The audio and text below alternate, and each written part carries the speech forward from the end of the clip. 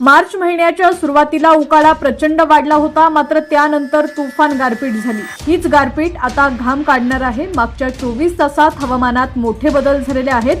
पश्चिम महाराष्ट्रात तुफान वादळी वाऱ्यासह मुसळधार पावसाचा अंदाज वर्तवण्यात आलेला आहे। यावेळी वाऱ्याचा वेग हा ताशी 50 किलोमीटर पर्यंत राहण्याची शक्यता आहे, तर दुसरीकडे मुंबईसह कोकणात मात्र सर्वाधिक उष्णता वाढण्याची शक्यता आहे। 5 जिल्हे सर्वात हॉट असतील। पाहुयात हा पाऊस नेमका का पडतोय। हवामान खात्याच्या मते सध्या देशात एक मजबूत वेस्टर्न डिस्टर्बन्स आणि सायक्लॉनिक सर्क्युलेशन यांचा एकत्रित परिणाम म्हणून अशी विचित्र स्थिती तयार झालेली आहे।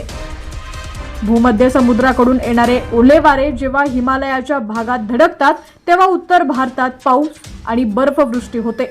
यावेळचा हा डिस्टर्बन्स खूप जास्त ताकदवान आहे। हवेच्या कमी दाबाचे पट्टे निर्माण झाल्यामुळे ढगांची चक्राकार हालचाल सुरू झालेली आहे। हे चक्र सध्या उत्तर आणि पूर्व भारतावर सक्रिय आहे।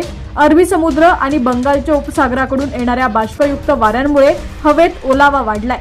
जेव्हा हा ओलावा गरम हवेच्या संपर्कात येतो तेव्हा वेगाने ढग तयार होतात आणि अचानक गडगडाटासह पाऊस पडतो। गेल्या काही दिवसात विदर्भ आणि मराठवाड्याच्या काही भागात विजांच्या कडकडाटासह पाऊस झाला होता, मात्र आता इथलं आकाश पूर्णपणे निरभ्र झालेलं आहे।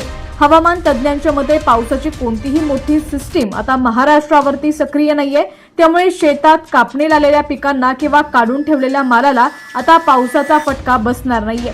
पाऊस थांबला असला तरी उत्तरेकडून येणाऱ्या थंड वाऱ्यांमुळे किमान तापमानात घट होऊ शकते, म्हणजेच पहाटे आणि रात्री हलका गारवा जाणवेल, तर दिवसा उन्हाचा चटका वाढायला सुरुवात होईल।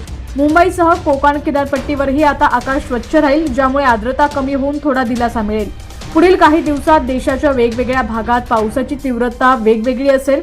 उत्तर भारतात डोंगराळ भागात बर्फवृष्टी आणि पाऊस होईल, तर पूर्व आणि दक्षिण भारतात जोरदार वारे आणि विजांचा कडकडाट जास्त जाणवेल। महाराष्ट्रातही काही जिल्ह्यांमध्ये ढगाळ वातावरण आणि हलक्या ते मध्यम स्वरूपाच्या पावसाची शक्यता नाकारता येत नाही। कोकण आणि गोव्याचा विचार केला तर मुंबई, ठाणे, पालघर आणि रत्नागिरी सिंधुदुर्ग पट्ट्यात पाऊस होणार नाही। इथं प्रचंड उष्णता वाढण्याची शक्यता आहे। 5 जिल्ह्यांसाठी हवामान विभागानं खास हीट वेव्हचा अलर्ट दिलेला आहे। पश्चिम महाराष्ट्रात मात्र वादळी वारे आणि काही ठिकाणी गारपीट होईल असा अंदाज वर्तवलेला आहे। सातारा, सांगली, धाराशिव या जिल्ह्यांमध्ये पावसाचा धोका आहे। पुण्यात तुरळक पावसाचा अंदाज आहे। विदर्भ, मराठवाड्यात नागपूर, छत्रपती संभाजीनगर, लातूर या भागात आज पावसाचा अंदाज नसला तरी पुढचे 48 तास पुन्हा पावसाचा जोर वाढण्याची शक्यता आहे। या बदललेल्या हवामानामुळे तापमान 4 ते 5 अंशांनी घट नोंदवलं जाणार आहे। उन्हाच्या कहालीतून लोकांना तात्पुरता दिलासा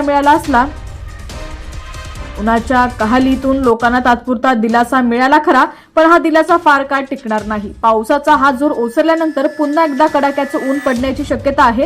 या हवामानातील अस्थिरतेमुळे आरोग्याच्या समस्याही उद्भवू शकतात, त्यामुळे नागरिकांनी काळजी घेण्याचं आवाहन करण्यात आलेलं आहे।